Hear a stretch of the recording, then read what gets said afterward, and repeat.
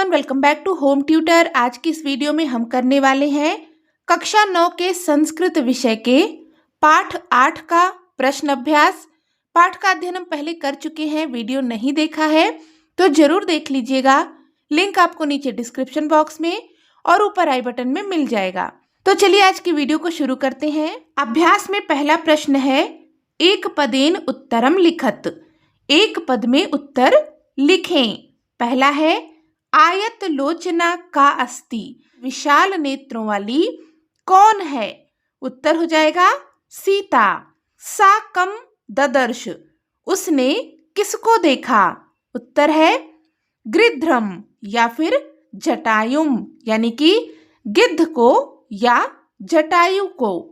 खगोत्तमः कीदृशीम गिरम व्याजहार, पक्षीराज ने किस प्रकार के वचन कहे? उत्तर है शुभाम, यानी कि शुभ वचन। जटायु काभ्याम रावणस्य गात्रे व्रणम चकार, जटायु ने किससे रावण के शरीर पर घाव किया? उत्तर है तीक्ष्ण नखाभ्याम, नुकीले नाखूनों से।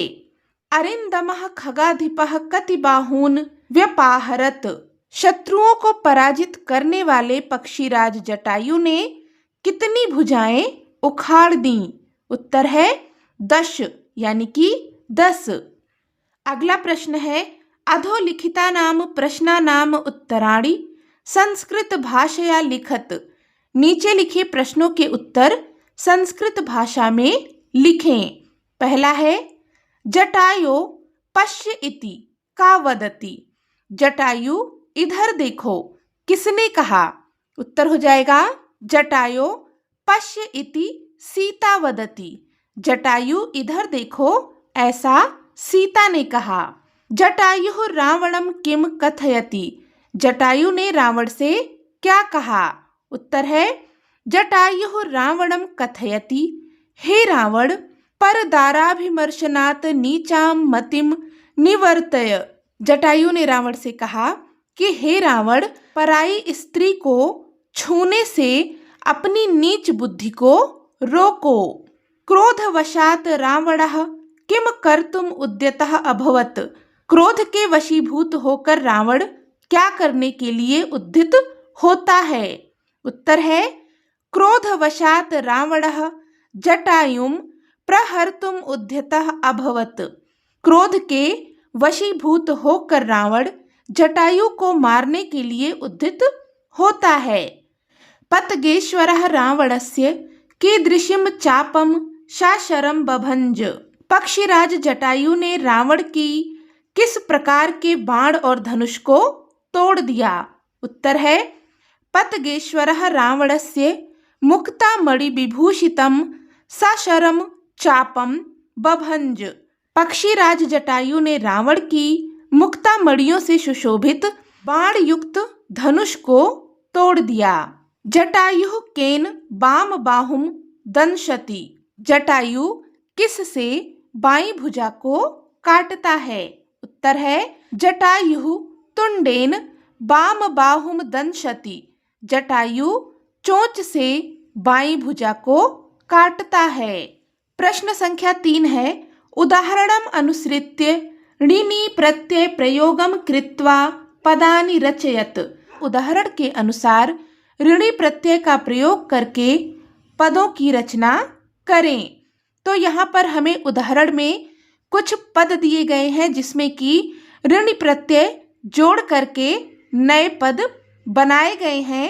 वैसे ही नीचे हमें जो पद दिए गए हैं उसमें ऋणी प्रत्यय को जोड़कर नए पद बनाने हैं। तो यहाँ पर उदाहरण में है गुण धन ऋणी, गुण में जब ऋणी प्रत्यय का प्रयोग करेंगे तो यहाँ पर पद बनेगा गुणिन अर्थात गुणी। इसी प्रकार से दान, इस पद में जब ऋणी प्रत्यय का प्रयोग करेंगे तो हो जाएगा दानिन, यानी कि दानी। यहाँ पर है कवच धन ऋणी, तो पद बनेगा कवचिन, यानी कि कवची कवचधारी। शर धन ऋणी, पद बनेगा शरिन, यानी कि शरी अर्थात बाणधारी।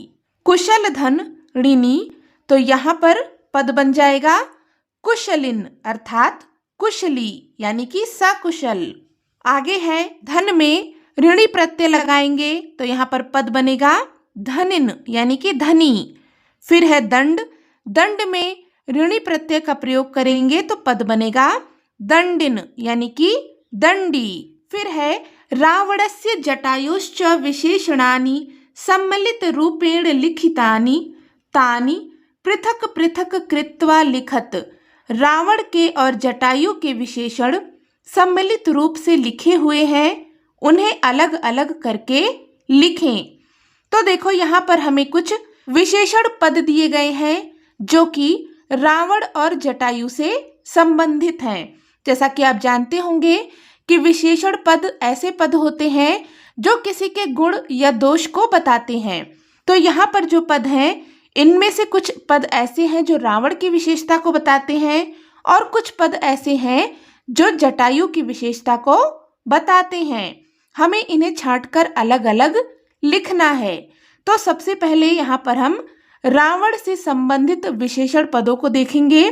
जैसे कि रावण के लिए यहाँ पर है युवा, रावण कैसा था?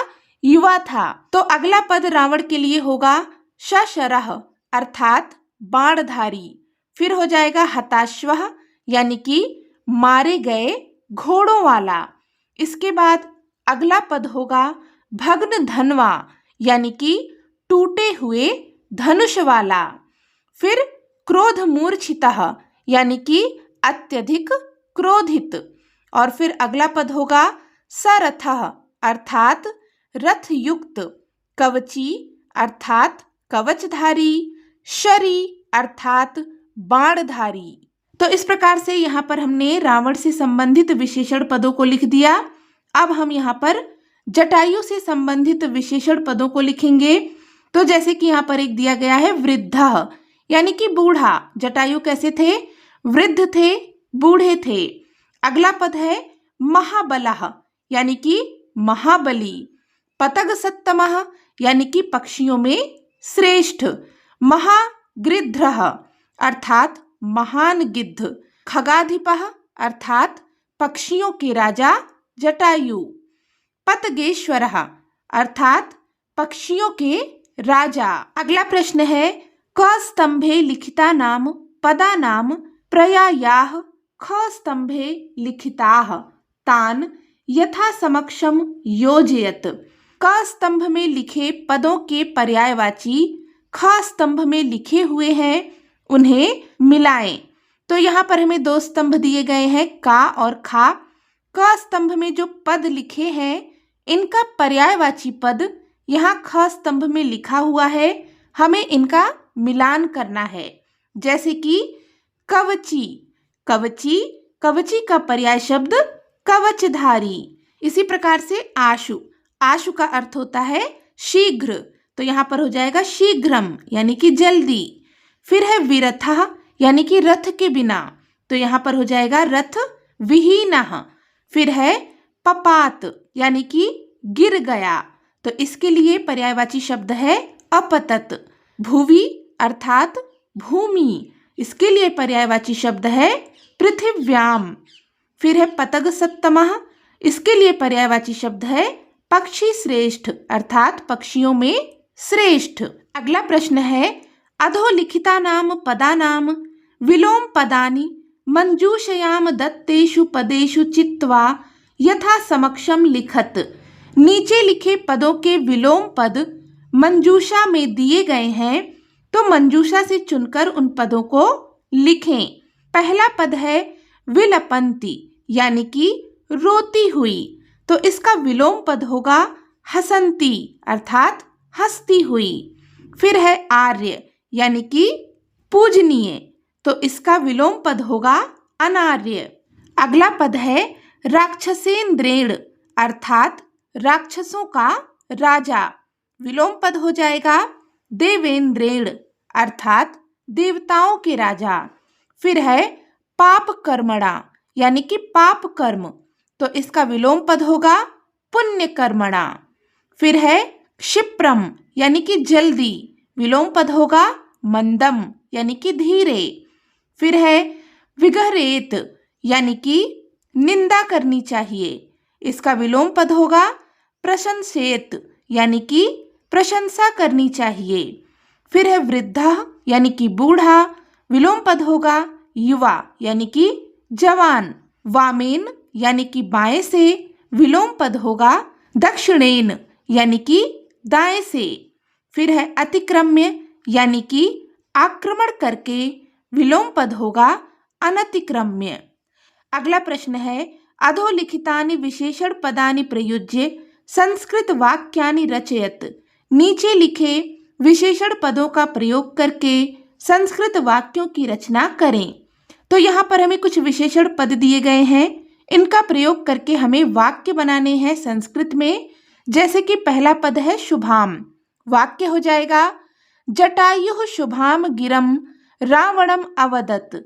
जटायु ने रावण से अच्छे वचन कहे।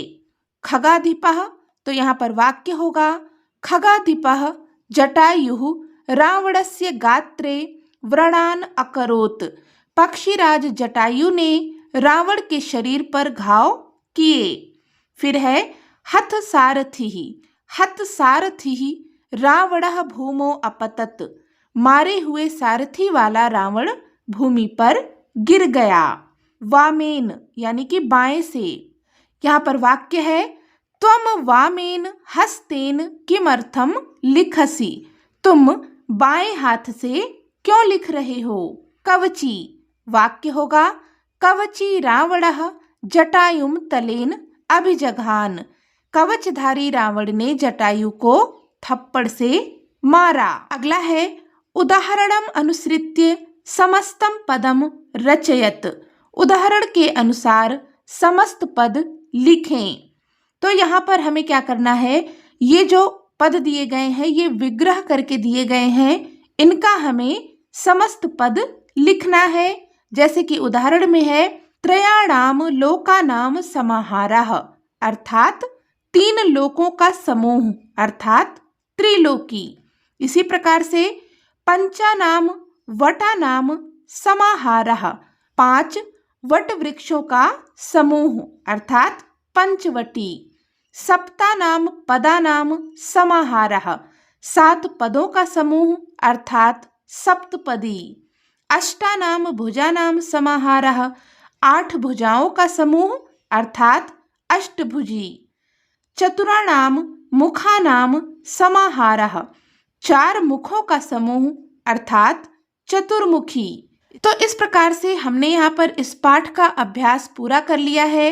अगर आपको इस पाठ से संबंधित कोई भी डाउट हो तो आप कमेंट करके पूछ सकते हैं। और अगर आपको ये वीडियो हेल्पफुल लगी हो तो प्लीज़ इसे लाइक करें, अपने दोस्तों के साथ में शेयर करें और चैनल पर नए हैं तो सब्सक्राइब भी कर लें। मिलते हैं नेक्स्ट वीडियो में, तब तक के लिए take care and bye bye.